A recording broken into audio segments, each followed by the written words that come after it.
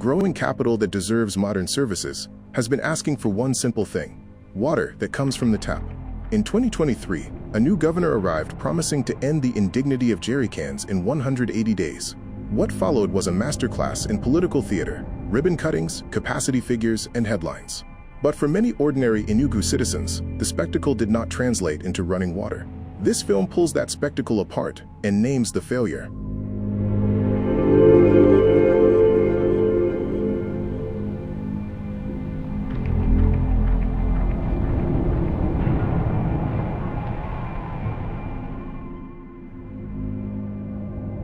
The crisis that Mbah inherited was real. Decades of underinvestment left old, brittle pipes, and a distribution network barely fit for purpose.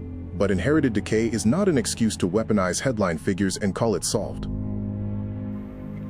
We also chose to give ourselves a target of resolving this challenge in 180 days, not for the purpose of chest thumping, but rather because the issue is urgent. We did not want Enugu to suffer unduly for even 1 minute longer. On May 29, 2023, Peter Mbah was sworn in as governor of Enugu State. With bold confidence, he declared, again and again, that every home in the state would have access to clean, pipe-borne water within 180 days.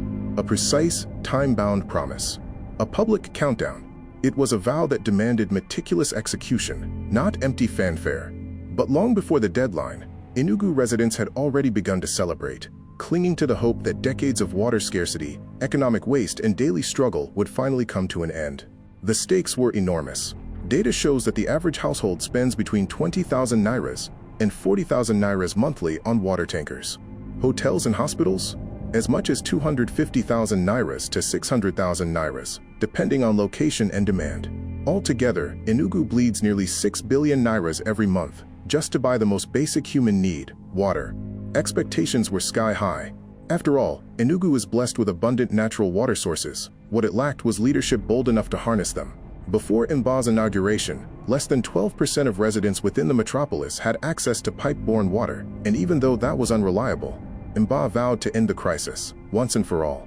He claimed the machinery had been set in motion. But was it real reform, or just another round of promises, polished for headlines and destined to evaporate?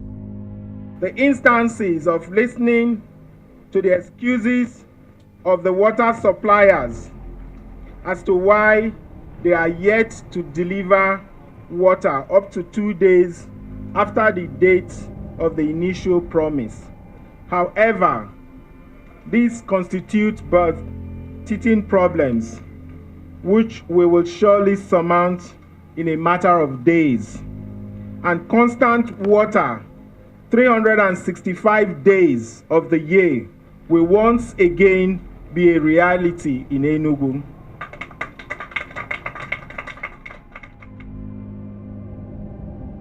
On November 25, 2023, precisely the 180th day, Governor Peter Mbah staged the grand commissioning of the 9th Mile 24/7 water scheme. The headlines boomed: 70 million liters per day from 9th Mile, with another 50 million expected from OG River, a combined claim of 120 million liters daily. The numbers were bold. The speeches are scripted, the cameras perfectly positioned. But reality hit, and it hit hard. Months after the ribbon cutting, most of the 96 public water galleries remain dry, abandoned, or incomplete. Across Enugu metropolis, entire communities and households still wait, disconnected and disappointed. The ceremony delivered optics. The people got no water. What we are witnessing is not just administrative failure. It's a calculated media strategy built on deception, performance, and impulse. Mbah has mastered the art of political theater, dazzling with numbers, not delivery.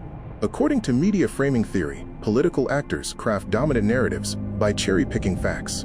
In this case, Mbah spotlighted the plant's launch and the 120 million liter capacity, carefully framing it as success, while ignoring the critical infrastructure needed to get water into homes. Reticulation. Talk is cheap, outcomes are hard. And here lies the damning truth. Peter Mbah had no credible action plan, just statistical jargon, camera-ready stunts, and punchy headlines designed to distract. Happily for us today, we are 180 days from the date we took our oath of office. And here we are, commissioning this ultra-modern water scheme.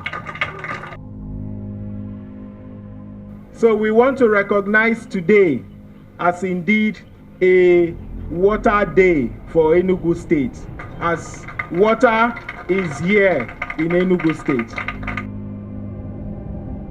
1 year after Governor Peter Mbah commissioned the much-hyped 24/7 water project, supposedly delivering 120 million liters daily, the promise has crumbled under the weight of suspicion and dry taps.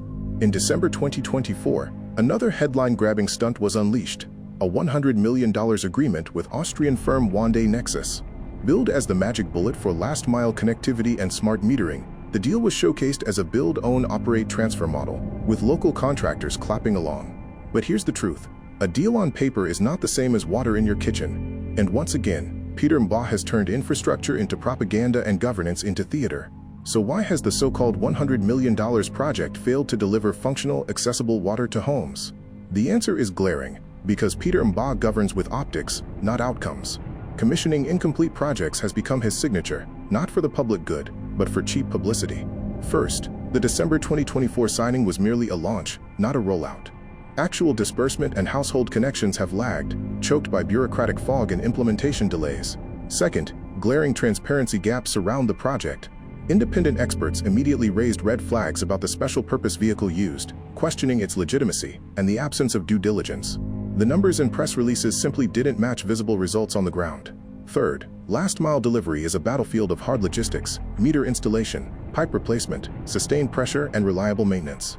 Even with investor capital, poor contracting and limp oversight stalled progress. This isn't development.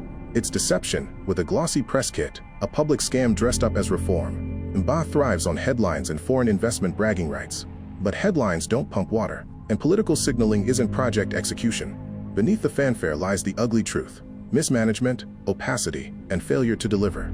The Wand Nexus deal exists on paper, but on the streets of Enugu, the taps are still dry. What Mbah signed was a pact for perception, not a blueprint for delivery.